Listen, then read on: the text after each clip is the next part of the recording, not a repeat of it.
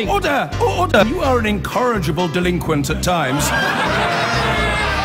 Behave yourself, man!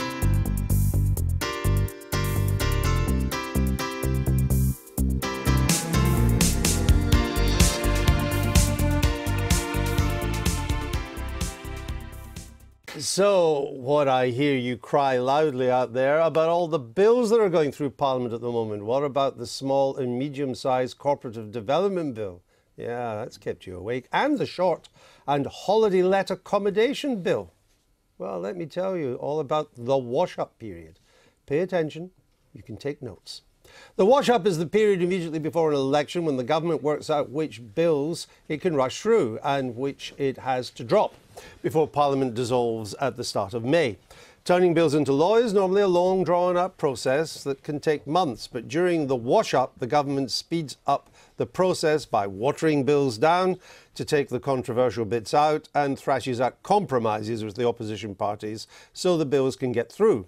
Anything left over has to wait until a new government is formed, which won't be till after the election in June. Let's talk now to our reporter, Emma Vardy. Emma, what's getting through and what isn't, do we think? Well, there's hundreds of bills going through Parliament at the moment. Some of them cover mainstream issues like prisons and bus services. Others deal with the more obscure things like bat habitat regulations, for example. Now, there's 6 major ones which have reached the ping-pong stage, where they're going back and forth between the houses. The Higher Education and Research Bill is one of the big ones at this stage, and this will only get onto the statute book if concessions are being made. Now, Theresa May, it appears, is already having to compromise on things like taking foreign student numbers out of immigration totals. So this is where the opposition really have the whip hand at the moment because they can shut things down that the government really wants to get through. Now, the Digital Economy Bill, that deals with ticket touting and the level of the BBC licence fee. It's another one at ping-pong stage that will be able to get through if concessions are made.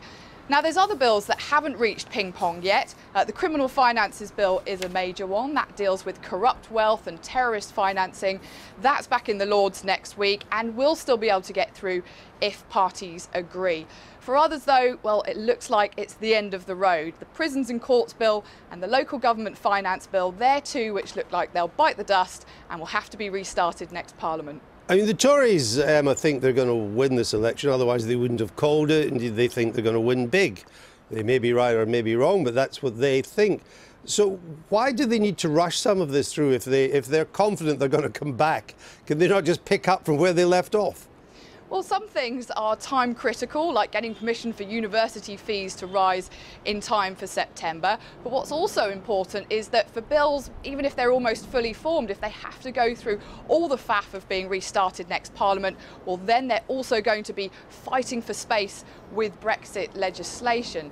Now, a lot of the negotiations for this will go on behind the scenes over 4 days next week. There will be pressure for the government to get things through, but also the opposition don't want to be seen to be standing in the way of useful legislation just because of a point of detail. So we've got this wash-up period for 4 days next week and we'll watch and see what happens. All right, Emma, thank you very much for that. The wash-up period, it is part of the way the British do things in the approach of an election. We're joined now by Catherine Haddon from the Institute for Government. Welcome to the programme.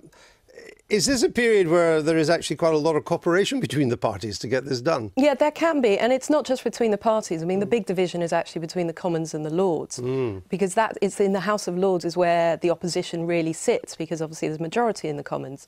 So it's more about between the two chambers, and it's not just about you know, differences of view and things like that. Actually, there's a lot of important scrutiny and amendments go on in these kind of stages. So governments themselves, when they put legislation through, will often put lots of amendments onto things because they realise it didn't quite work. So the danger of doing it too rapidly is you end up with a bad bill, and that's what they also want to avoid. I suppose it's a time when the opposition does have more power than it normally has, and the Lords will have more power than it normally has. I mean, a classic example is 1983, when we were awaiting a BT privatisation bill to come through, and Labour refused to put it through in the rush before the 83 election. So it had to wait. Obviously, Margaret Thatcher was returned, brought the bill back in, in. So there is an opportunity, and higher education and the research funding bill, that's one where we may see a lot of opposition from the Lords, because there's been a lot of criticism about it. And it's interesting that there's been some stories, I think, in the press this morning that Mrs May, who's argued against taking student numbers out of the migrant figures, may now concede that to get the bill through. Well, and there's a lot of interesting questions, not just how much legislation will be on the books for the next Parliament and whether or not they want to carry bills through, but also what does May want to change, because many of these bills have their origins in the last Conservative manifesto. So we could be seeing that this is her opportunity also to sort of change policy on a number of issues. You know, should she be returned with the majority that she hopes for? And I guess that's one of the reasons that she's giving for the election, that if she puts a number of things into the manifesto, then under, I think it's called the Salisbury Rule, the Lords then can't, they can delay it, they can argue a bit about it, but then they cannot stop something on which a government has been elected in its manifesto. Although, I mean, the Lib Dems don't recognise the doctrine of they don't. Salisbury. No, they rejected it back in 2005. I don't know whether under Tim Farron they'll respect it. But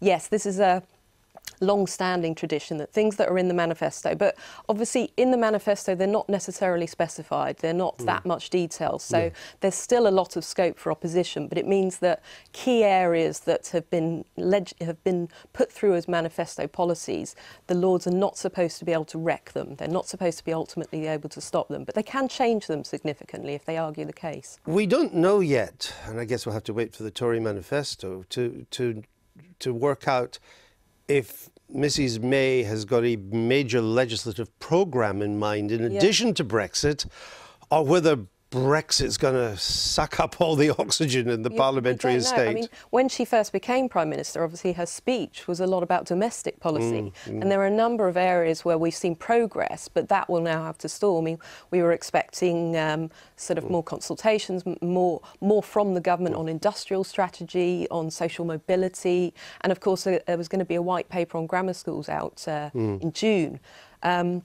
These could all change, but then there's other things that might change as well. I mean, we saw obviously with the budget, the finance bill is one of the things that is currently needs to be sorted out and go through the wash-up period. Because that's tax and revenues and involved in spending, so they've got to do that. I mean, they'll probably reduce it back to the bare minimum, but they may want to have a new budget. Obviously, under the next government, they may want to reintroduce this thorny issue of national insurance hike. Because if they run on a different manifesto than the last time. The Treasury have now got this big hole that they want to fill, so the manifesto could change the legislation a lot.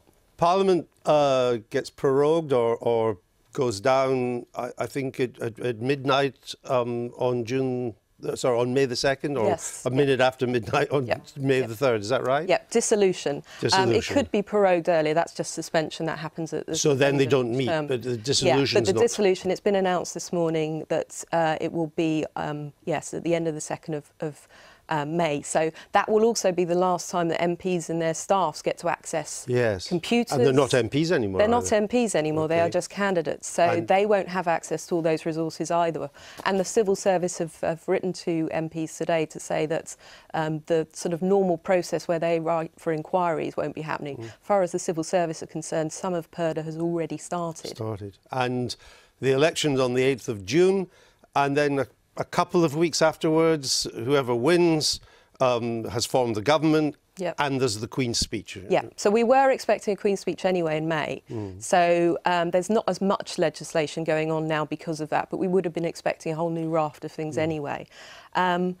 But yes, you've got to take into account the fact also she might have a reshuffle. If she comes back with a large majority, she might want to change departments around. So that will also affect what kind of legislation, smaller legislation going through as well, because different ministers may have different sort of priorities in mind. OK, fascinating, Catherine Haddon. Thank you very much.